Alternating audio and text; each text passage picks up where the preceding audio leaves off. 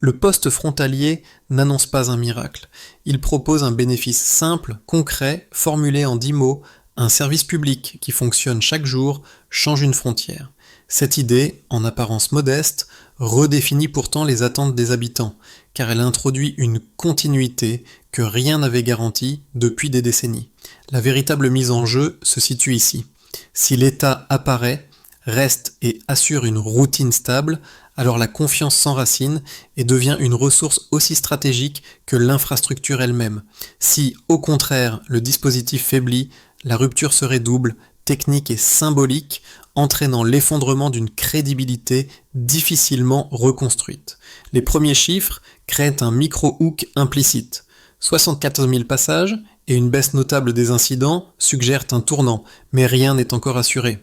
Entre la promesse et sa preuve durable, chaque journée de fonctionnement ajoute ou retire un fragment de stabilité. Et c'est précisément cette incertitude qui confère au site un poids disproportionné dans le débat national. Plus de 74 000 passages en un mois. Ce chiffre, surgissant dans une zone longtemps considérée comme marginale, a renversé toutes les attentes initiales. Une seconde donnée a suivi, tout aussi décisive. Une baisse de 37% des incidents frontaliers dans le sud-ouest, révélant qu'une présence modeste pouvait produire un impact massif en quelques semaines seulement.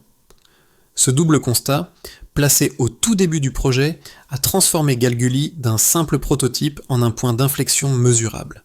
Pendant des décennies, cette localité n'était guère plus qu'un point effacé sur une carte coloniale jaunie. Les dunes, les pistes poussiéreuses, et les lisières forestières formaient un espace où l'État se résumait à une rumeur intermittente portée par des radios défaillantes et des registres froissés. Les flux humains, passeurs, familles, commerçants, groupes armés traversaient la frontière sans laisser de traces. L'absence de contrôle nourrissait la peur. La peur érodait la confiance, et sans confiance, rien ne pouvait se reconstruire durablement. C'est précisément ce cycle qu'Ibrahim Traoré affirme vouloir briser. Pour lui, la souveraineté commence aux marges avant de toucher le centre. À Galguli, ce principe s'incarne de manière radicale. Là où ne subsistaient que des outils improvisés, apparaissent désormais des scanners biométriques remplaçant les cahiers écornés, des panneaux solaires alimentant l'eau potable et des données quotidiennes substituant les rumeurs fragiles. L'infrastructure ne symbolise pas seulement l'État. Elle le rend visible, prévisible, presque familier. Le changement était donc autant psychologique que matériel. Pour la première fois, un poste frontalier burkinabé fonctionne comme un véritable service public et non comme une barrière abstraite. Les habitants observent le bâtiment et y reconnaissent une présence qui leur appartient, une routine qui ne dépend plus du hasard des patrouilles. Le 15 juillet 2023 marque moins une inauguration qu'un basculement discret. En une cinquantaine de jours, un prototype est devenu une habitude administrative. Dans ce glissement vers la normalité, une question longtemps suspendue commence à trouver un début de réponse mesurable. Une frontière peut-elle réellement redonner de l'espoir ? À quelques mètres des câbles solaires, les voix de ceux qui vivent la frontière au quotidien donnent une épaisseur humaine aux données. Bernadette Cambiré, vendeuse de fruits et mère de 4 enfants, se souvient d'un temps où l'État n'existait qu'à la radio. Désormais, elle remplit ses bouteilles au forage alimenté par le poste et résume la transformation en 3 mots : lumière, paix, routine. Son témoignage éclaire un changement souvent décrit comme technocratique, mais qui se manifeste d'abord dans la vie ordinaire. Un ancien officier local apporte une autre perspective. Pour lui, le poste frontalier a inversé une relation longtemps asymétrique. Quand on sert, on est enfin vu. Cette phrase, simple mais déterminante, décrit la mutation silencieuse d'une institution qui retrouve une place lisible dans le quotidien de la population. L'autorité ne repose plus uniquement sur la surveillance, mais sur la continuité d'un service rendu. Cette prise de terrain correspond à la doctrine défendue par Ibrahim Traoré, selon laquelle la souveraineté doit s'exercer à hauteur d'homme. À Galguli, cette logique devient tangible. Les agents manipulent les scanners, enregistrent les passages, ajustent leurs patrouilles et s'approprient une infrastructure qui, quelques mois plus tôt, aurait semblé étrangère. Leur présence régulière crée un socle psychologique dont la fragilité initiale s'efface peu à peu, remplacée par une forme de routine collective. Autour du poste, les premiers effets visibles s'enchaînent, les marchés rouvrent, les restauratrices retrouvent leurs clientes, les transporteurs stationnent sans appréhension excessive. Aucun de ces éléments n'est spectaculaire isolément, mais leur accumulation donne un sens concret à la question centrale. Une frontière peut-elle transformer un lieu oublié par la simple constance de son fonctionnement ? Le déclencheur survient à l'aube du 15 juillet 2023, lorsque le cliquetis des scanners biométriques remplace soudain les salutations approximatives qui rythmaient autrefois la frontière.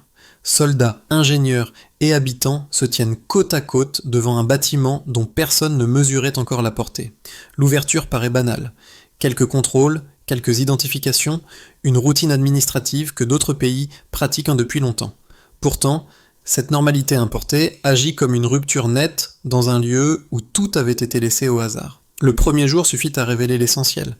L'État revient, et cette fois, il reste. Les heures suivantes confirment cette cassure. Les mototaxis, habitués à filer sans laisser de traces, doivent présenter leurs identités. Les commerçants enregistrent leurs marchandises.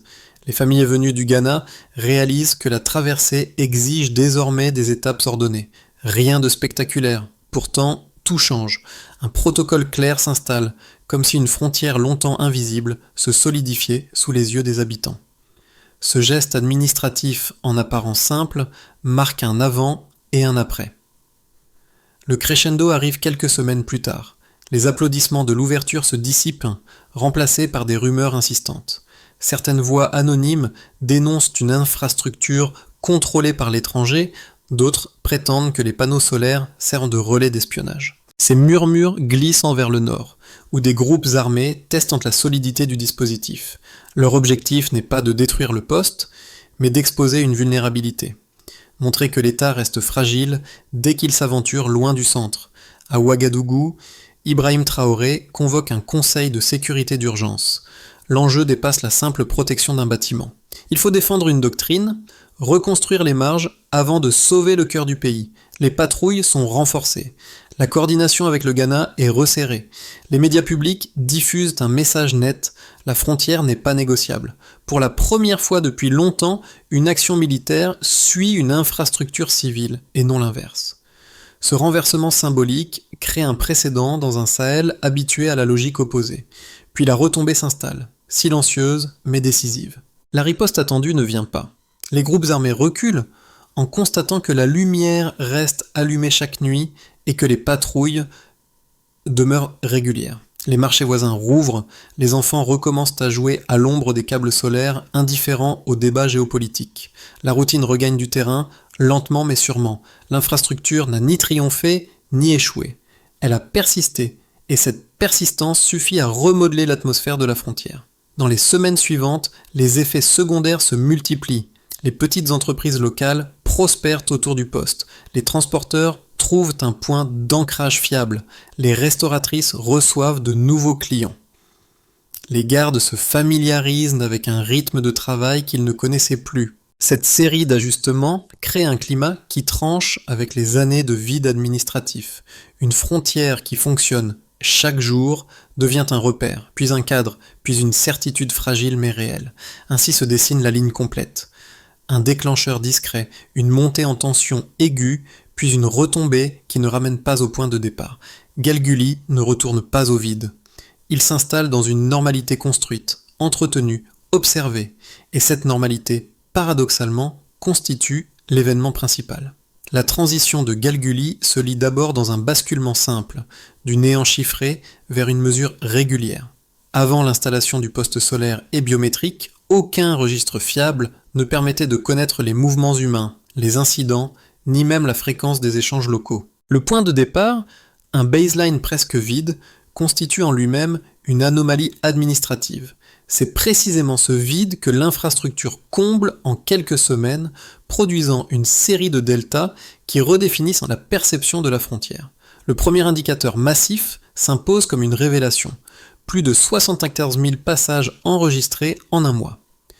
Ce volume, inédit pour une zone longtemps considéré comme secondaire, montre que les flux existaient déjà, mais circulaient invisiblement. Le chiffre a une signification double. D'une part, il donne une existence institutionnelle à des déplacements auparavant hors radar. D'autre part, il crée une base statistique qui permet enfin d'anticiper, de comparer, de réguler. La simple disponibilité d'une donnée quotidienne devient un levier de gouvernance, un outil que les autorités locales n'avaient jamais eu. Le deuxième indicateur transforme la lecture sécuritaire. Une baisse de 37% des incidents frontaliers observés dans la zone sud-ouest depuis l'ouverture du poste. L'écart n'est pas attribué à une militarisation accrue, mais à une présence ordonnée et prévisible. Là où les patrouilles irrégulières laissaient des marges d'opportunité au trafic, la visibilité continue réduit les comportements à risque. Le delta montre que la stabilité, même modeste, opère comme une forme de dissuasion silencieuse. Ce résultat constitue un argument central pour les partisans de la doctrine portée par Ibrahim Traoré, qui associe souveraineté et routine plutôt que démonstration ponctuelle de force. Le troisième indicateur touche au tissu socio-économique. Plus de 200 emplois directs et indirects créés autour du poste. Le nombre peut sembler limité à l'échelle nationale, mais dans un espace où l'économie formelle était quasiment absente, il agit comme un choc structurel. Chaque emploi ancre un habitant, stabilise un foyer, renforce la présence quotidienne autour de l'infrastructure. Ce chiffre ne décrit pas seulement un marché du travail, il exprime la naissance d'un micro-écosystème qui transforme la frontière en ressource plutôt qu'en vide. Ces trois mesures doivent toutefois être replacées dans un cadre plus large. Pendant des années, l'absence d'État avait produit une économie parallèle où les flux évoluaient sans règles. Le passage vers un système biométrique, alimenté par l'énergie solaire et appuyé par des procédures standardisées, produit un effet de normalisation progressive. Les mouvements deviennent traçables, les interactions administratives régulières, les procédures intelligibles pour la population. L'infrastructure agit ainsi comme un hub d'habitudes nouvelles. Au-delà des chiffres, la perception évolue également. Les habitants déclarent se sentir plus en sécurité, non parce que les dangers auraient disparu, mais parce qu'ils voient une lumière stable, des uniformes identifiables, un bureau ouvert chaque jour. Les analystes parlent alors de souveraineté de proximité, une expression qui décrit un état perçu non comme une abstraction centrale, mais comme une présence quotidienne mesurable. Ces données, mises bout à bout, ne résolvent pas toutes les incertitudes. Elles révèlent cependant un principe essentiel. Lorsqu'une frontière cesse d'être invisible, la stabilité cesse d'être hypothétique. Galguli démontre que l'effet le plus puissant n'est pas la technologie elle-même, mais la régularité qu'elle impose. Deux lectures opposées se confrontent autour de Galguli, et chacune possède une cohérence interne qu'il faut reconnaître avant de tenter de les départager. La première, soutenue par les promoteurs du projet, avance que le poste représente une avancée rare dans le Sahel. Une frontière fonctionnelle, gérée localement, capable de produire des données fiables tout en améliorant la vie quotidienne. Selon cette perspective, les chiffres parlent d'eux-mêmes. Les 75 000 passages enregistrés en un mois et la baisse nette des incidents frontaliers révèlent qu'un État présent, même modestement, peut modifier la trajectoire d'une zone longtemps délaissée. Pour ses partisans, l'infrastructure sert de preuve matérielle à la doctrine défendue par Ibrahim Traoré, fondée sur l'idée que la souveraineté se construit depuis le terrain. La seconde lecture, portée par les critiques, souligne une tension persistante, la dépendance aux financements extérieurs. Allemagne, Japon, OIM, ces noms reviennent dans les discussions locales comme autant de signes que la modernisation n'efface pas la tutelle, elle la reconfigure. Selon cette vision, les scanners biométriques, les panneaux solaires et les formations techniques constituerait une façade africaine appuyée sur des fondations internationales. Galguli deviendrait alors un laboratoire, fonctionnel en apparence, mais lié à des partenaires dont les priorités ne coïncident pas toujours avec celles du Burkina Faso. Pour évaluer ces deux positions sans dogmatisme, il faut revenir à ce que les faits permettent de confirmer. La gestion opérationnelle du poste est assurée par des agents burkinabés et les données sont stockées à Ouagadougou, non à l'étranger. Aucun drapeau autre que celui du pays n'apparaît sur l'infrastructure, ce qui limite l'idée d'une dépendance totale. Cependant, le rôle des bailleurs demeure réel.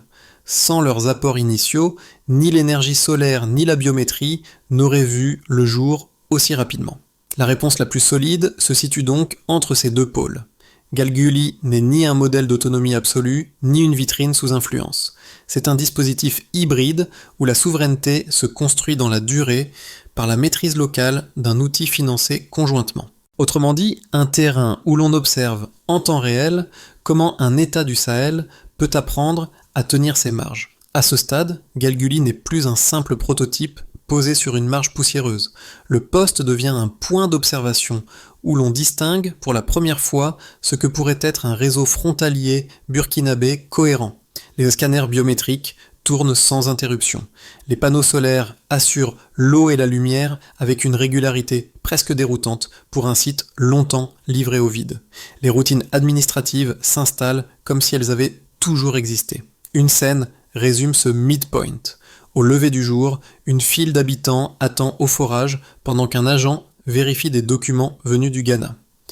Rien d'extraordinaire ailleurs, mais ici, ce geste ordinaire activerait autrefois des heures d'incertitude.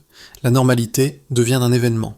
Pour les observateurs extérieurs, cette continuité tangible confirme un principe défendu par Ibrahim Traoré. La souveraineté ne se proclame pas, elle se démontre par persistance. Et si un poste peut tenir ainsi, alors le modèle peut se répliquer sans s'effondrer. La révélation du milieu du récit n'est donc pas spectaculaire, elle est structurelle. La stabilité cesse d'être un horizon lointain pour devenir une hypothèse crédible, fragile encore, mais plausible. Les effets de Galguli ne se mesurent pas seulement dans les données ou dans les déclarations officielles. Ils se manifestent dans la manière dont 4 groupes distincts, habitants locaux, agents de l'État, voisins régionaux et acteurs économiques, ont vu leur quotidien se transformer.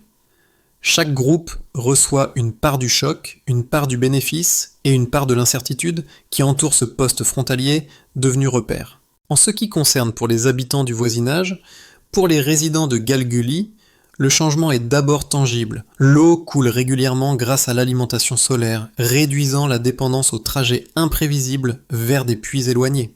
Les marchés, autrefois sporadiques, s'installent de nouveau chaque semaine, avec une prévisibilité qui rassure les familles. Le sentiment de sécurité ne tient pas à la disparition totale des menaces, mais à la présence visible et stable d'un bâtiment qui ne s'éteint pas la nuit. La frontière cesse d'être un vide anxiogène pour devenir un espace où la routine reprend sa place.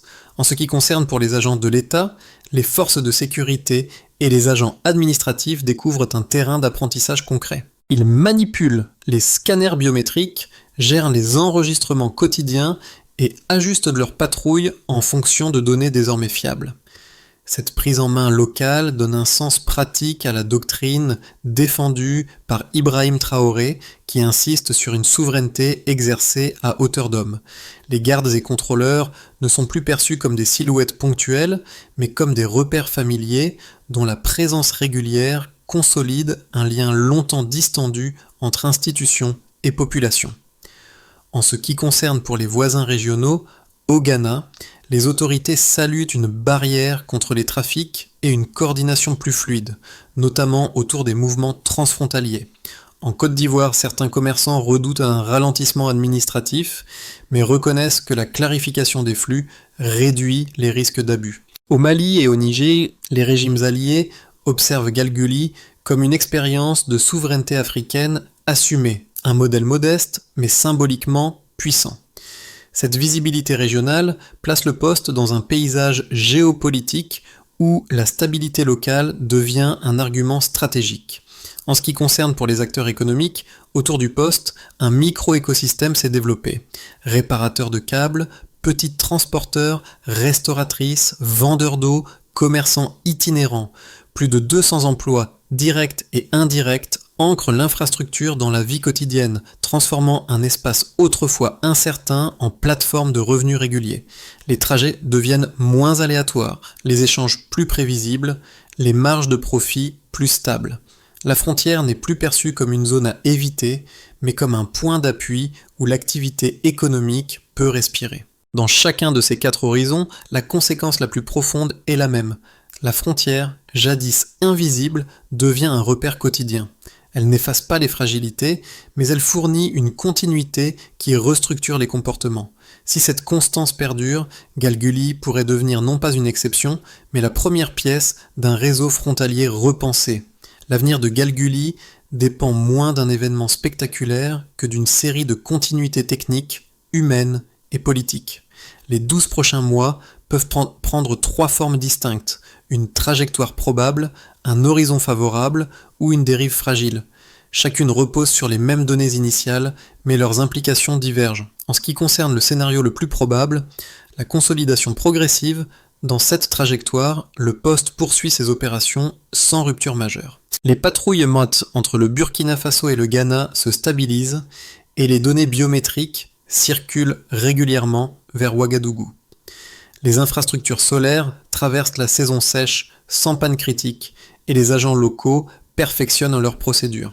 Galguli devient ainsi un point de référence opérationnel et son modèle se déploie lentement vers quelques sites pilotes, Dola, Madouba, Yendéré, selon une logique de duplication prudente. Rien d'éclatant, mais une consolidation régulière qui confirme l'intuition défendue par Ibrahim Traoré.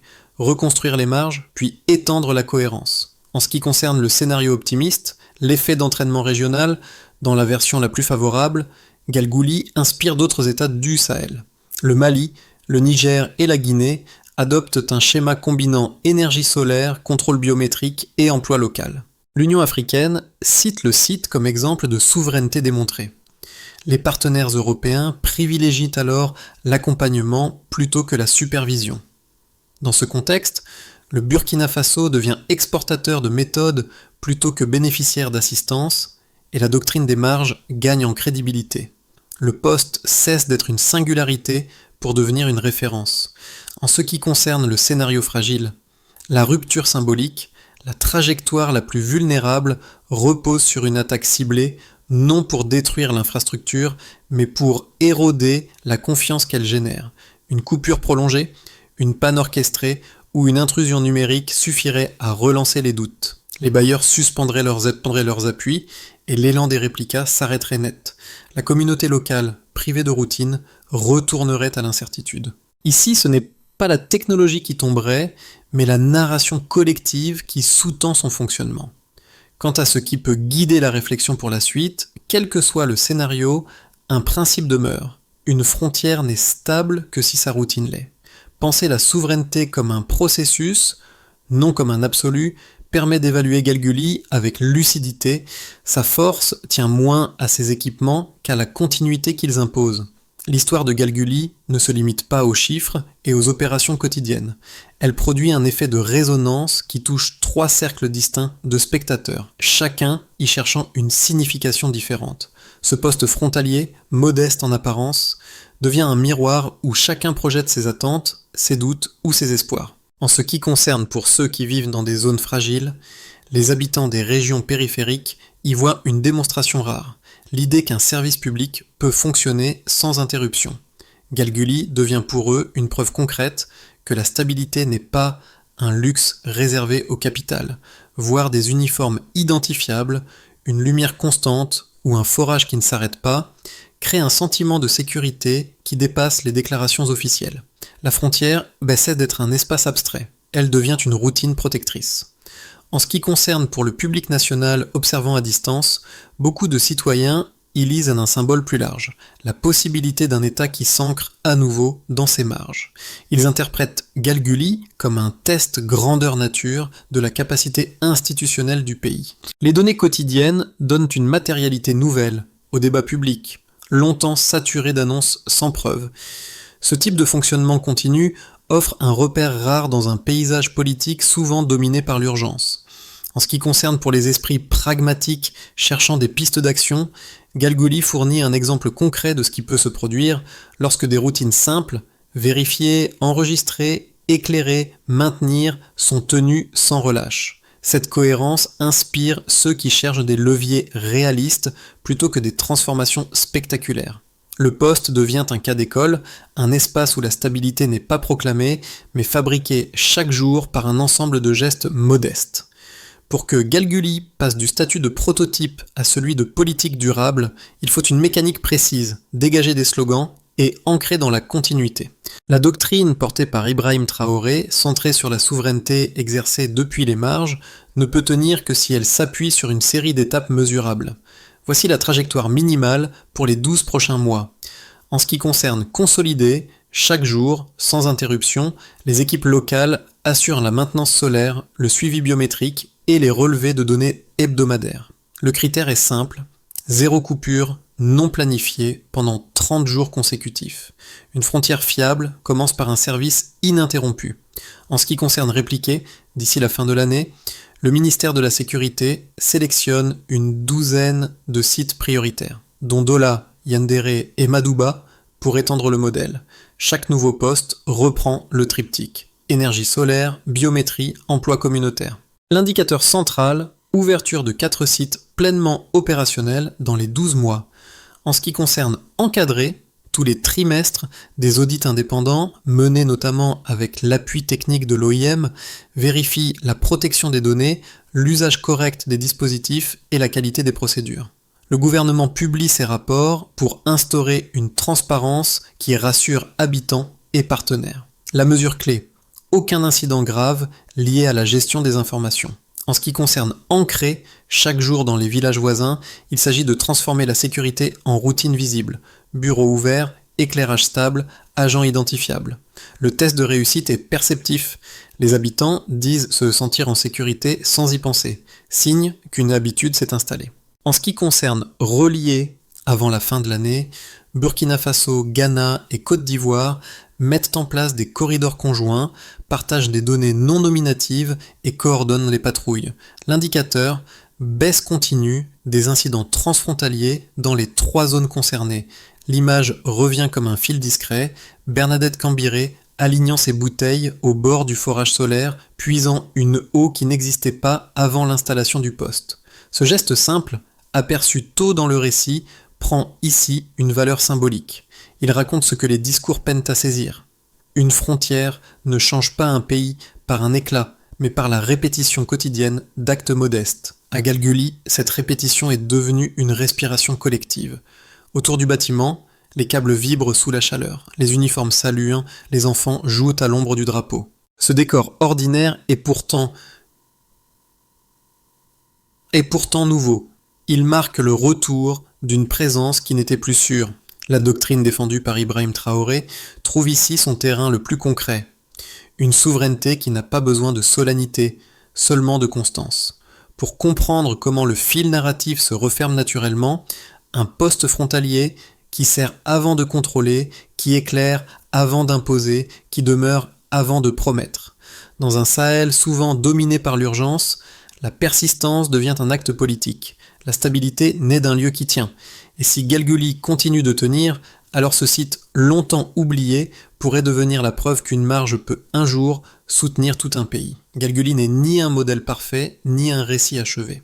C'est un point de départ qui révèle ce que peut produire une présence tenue jour après jour. Un bâtiment qui reste ouvert, une lumière qui ne vacille pas, des gestes qui structurent une frontière longtemps dissoute dans l'incertitude. Pour beaucoup, ce poste n'incarne pas seulement une politique, il offre une manière de regarder différemment les lieux oubliés. Ce qui se joue ici dépasse l'infrastructure. C'est la possibilité, rare mais réelle, qu'une marge devienne un repère partagé, un endroit où la stabilité n'est pas proclamée, mais fabriquée par l'accumulation de routines visibles. Et si un site peut tenir ainsi, d'autres pourraient suivre, non par imitation forcée, mais par conviction. La question s'adresse donc à chacun. Qu'attend-on vraiment d'une frontière qui fonctionne ? Est-ce un symbole, un service, une promesse ou simplement un quotidien fiable ? 4 chiffres semblent contradictoires à Galguli. Hier, 0 passage officiel. Aujourd'hui, plus de 74 000 mouvements enregistrés en un mois. Sur une piste que la poussière recouvrait, un simple rectangle de béton, alimenté par le solaire et les données biométriques, prétend désormais tenir un morceau entier de frontière. Que signifie vraiment cette expérience pour les habitants et pour Ibrahim Traoré, qui a fait des marges son terrain de reconquête prioritaire ? Si ce poste isolé tient dans la durée, la carte du Burkina Faso pourrait se lire autrement, à commencer par cette lisière longtemps laissée au vide. Galgouli porte une promesse mesurable dans une région où les engagements s'effritent souvent avant même d'être mis en œuvre.